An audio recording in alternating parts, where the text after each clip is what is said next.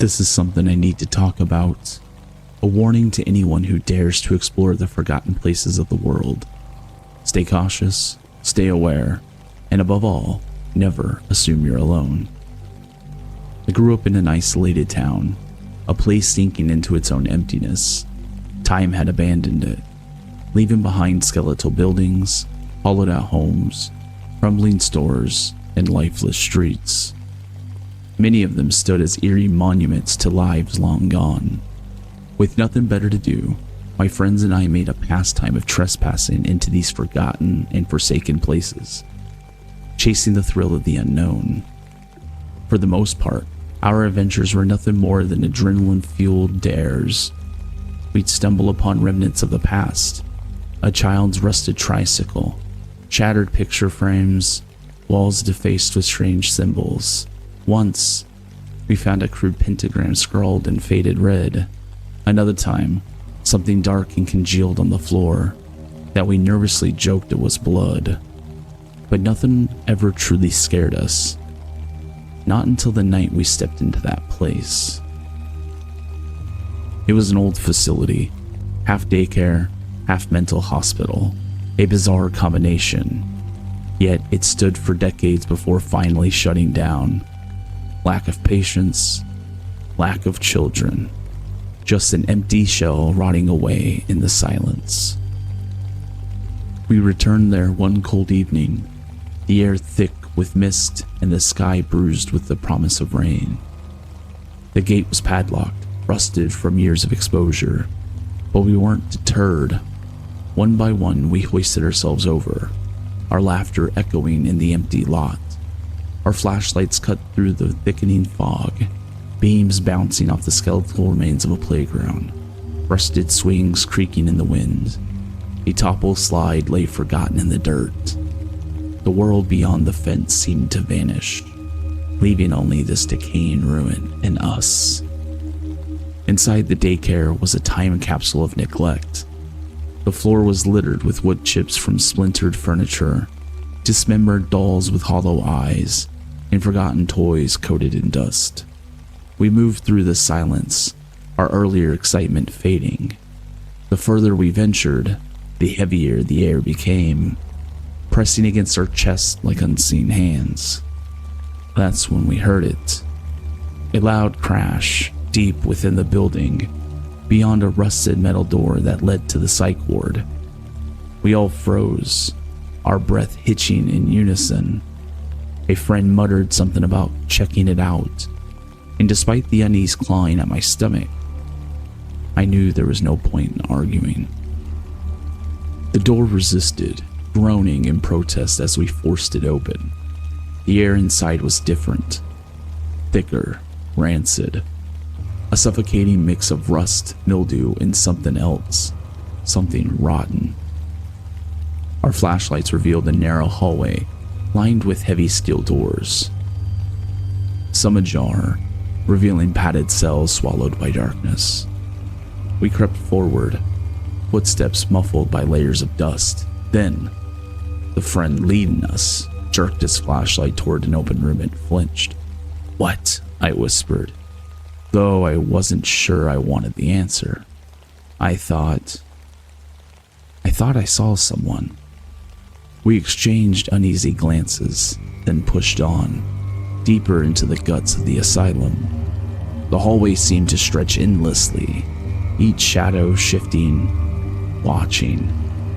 That feeling, that terrible, oppressive sensation of being observed, settled into my bones.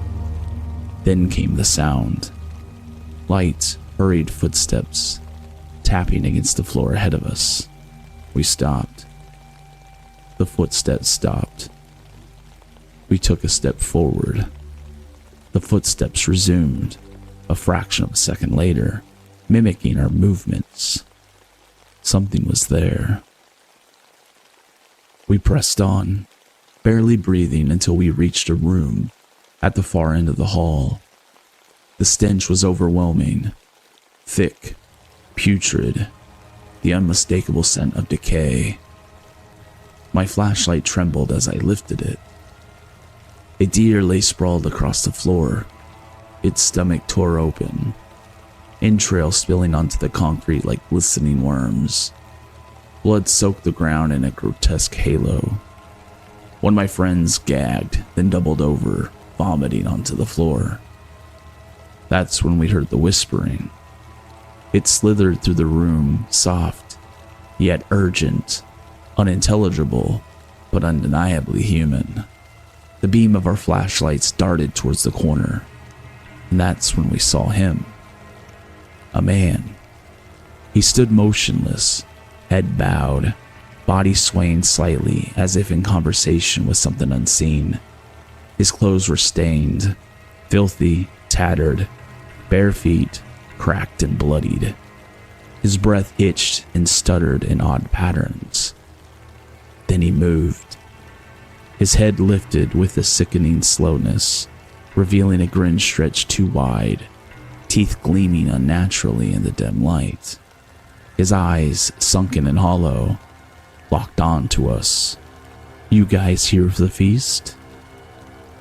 The words dripped from his lips, each one twisted with a different inflection.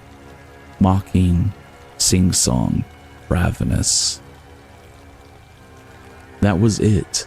That was the moment the terror shattered whatever bravado we had left. We ran. We didn't scream, couldn't. The fear stole our breath from our lungs as we sprinted back the way we came. The heavy door loomed ahead, still open, beckoning us to escape. We reached it and threw our weight against it, but rust and time fought back. It took all of us pulling, straining, until finally it slammed shut. For a moment we stood there, gasping, trembling, staring at one another, confirming that yes, we all had seen the same thing.